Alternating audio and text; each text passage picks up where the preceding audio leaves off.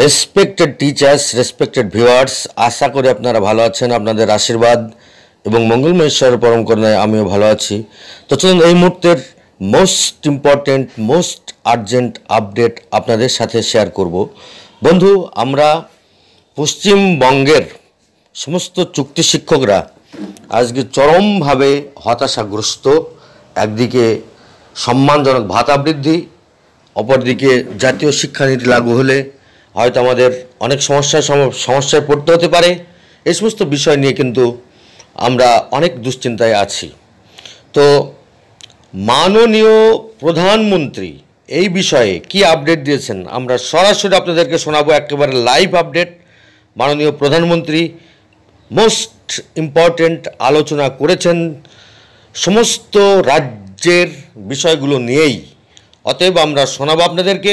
যদি বন্ধুরা আপনারা চ্যানেলে নতুন থেকে থাকেন, অবশ্যই ভিডিওর নিচে ডান দিকে লাল কালারের সাবস্ক্রাইব বোতামে ক্লিক করে পাশের অল বেলে ক্লিক করে রাখবেন। তো চলুন আমরা স্বয়ং নরেন্দ্র মোদিজির বার্তা আপনাদেরকে শোনাচ্ছি। একেবারে শেষ পর্যন্ত আপনারা অবশ্যই শুনবেন এই আশা রাখছি। পরবর্তীতে আবার আপডেট নিয়ে আসবো। তো চলুন নরেন্দ্র মোদিজির বার্তা শুনে নিন এবং আমাদের বিশ্বাস ভরসা রাখতে হবে বন্ধু। ভেঙে পড়লে চলবে না, নিশ্চয়ই আমরা আমাদের সাফল্যে পৌঁছবো। তো চলুন শুনতে থাকুন মোদিজির শিক্ষানীতি বার্তা। नमस्कार। कार्यक्रम में मेरे साथ जुड़ रहे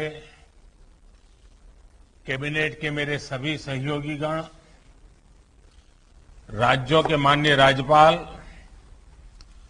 सभी सम्मानित मुख्यमंत्री, उप मुख्यमंत्री, राज्य सरकारों के मंत्रीगण, उपस्थित शिक्षाविद, अध्यापकगण, सभी अभिभावक और मेरे प्रिय युवा साथियों, नई राष्ट्रीय शिक्षा नीति को 1 साल पूरा होने पर सभी देशवासियों और विशेषकर सभी विद्यार्थियों को बहुत बहुत शुभकामनाएं। बीते 1 वर्ष में देश के आप सभी महानुभावों, शिक्षकों, प्रधानाचार्यों, नीतिकारों ने राष्ट्रीय शिक्षा नीति को धरातल पर उतारने में बहुत मेहनत की है।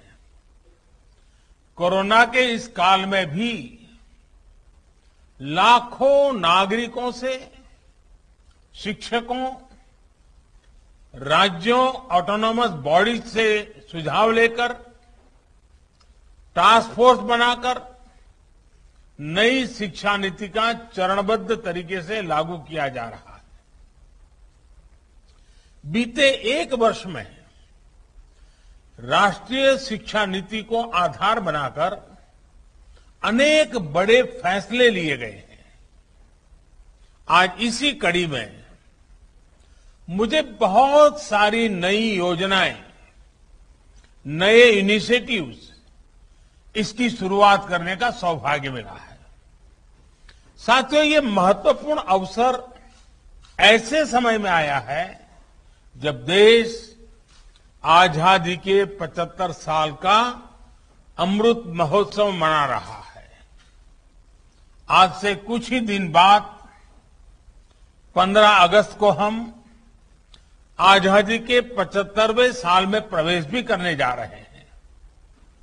एक तरह से नई राष्ट्रीय शिक्षा नीति का इम्प्लीमेंटेशन आजादी के अमृत महोत्सव का प्रमुख हिस्सा बन गया है।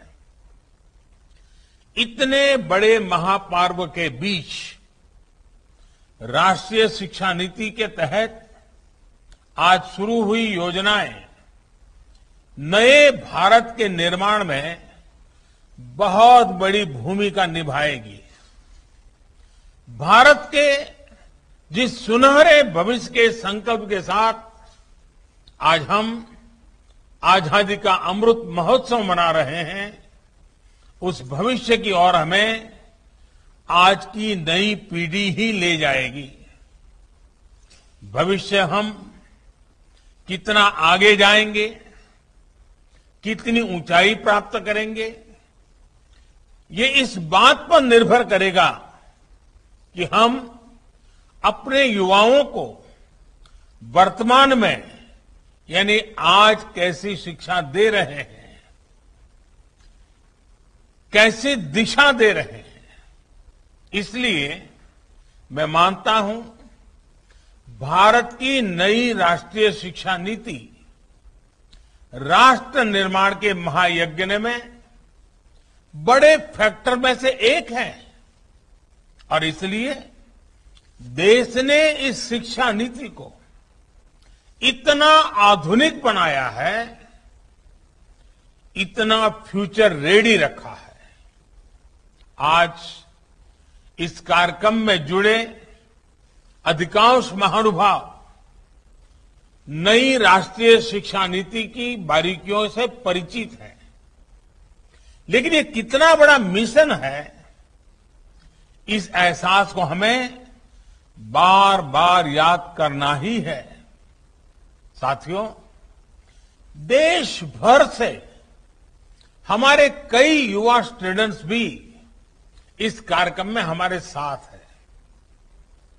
अगर इन साथियों से हम उनकी आकांक्षाओं के बारे में, सपनों के बारे में पूछें तो आप देखेंगे कि हर एक युवा के मन में एक नयापन है, एक नई ऊर्जा है।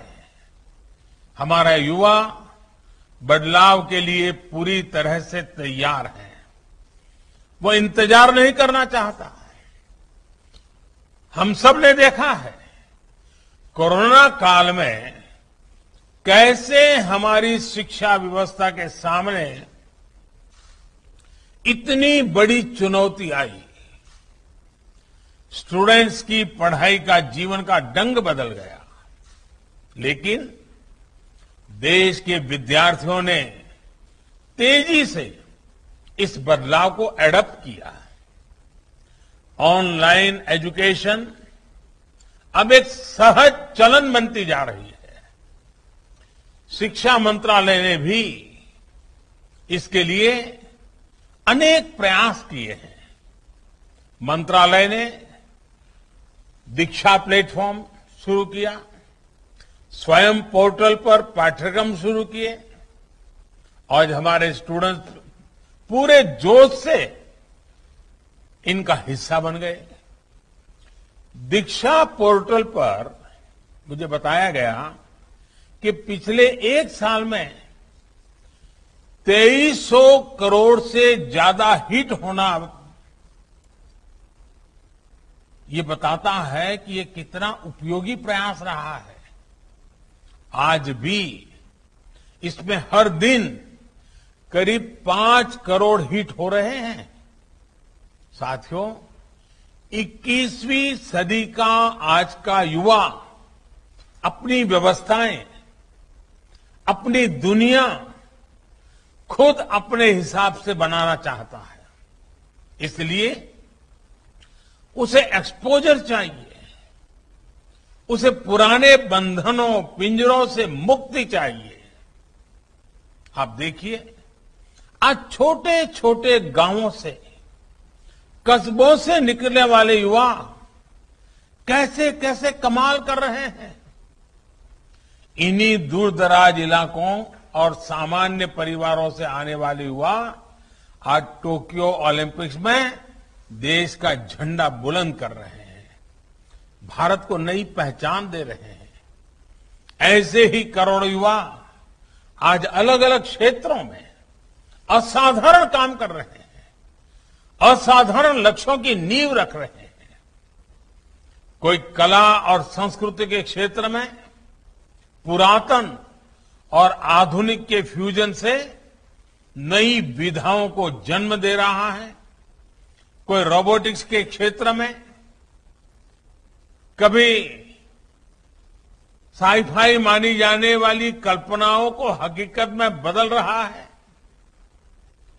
कोई आर्टिफिशियल इंटेलिजेंस के क्षेत्र में मानवीय क्षमताओं को नई ऊंचाई दे रहा है, तो कोई मशीन लर्निंग में नए माइलस्टोन्स की तैयारी कर रहा है।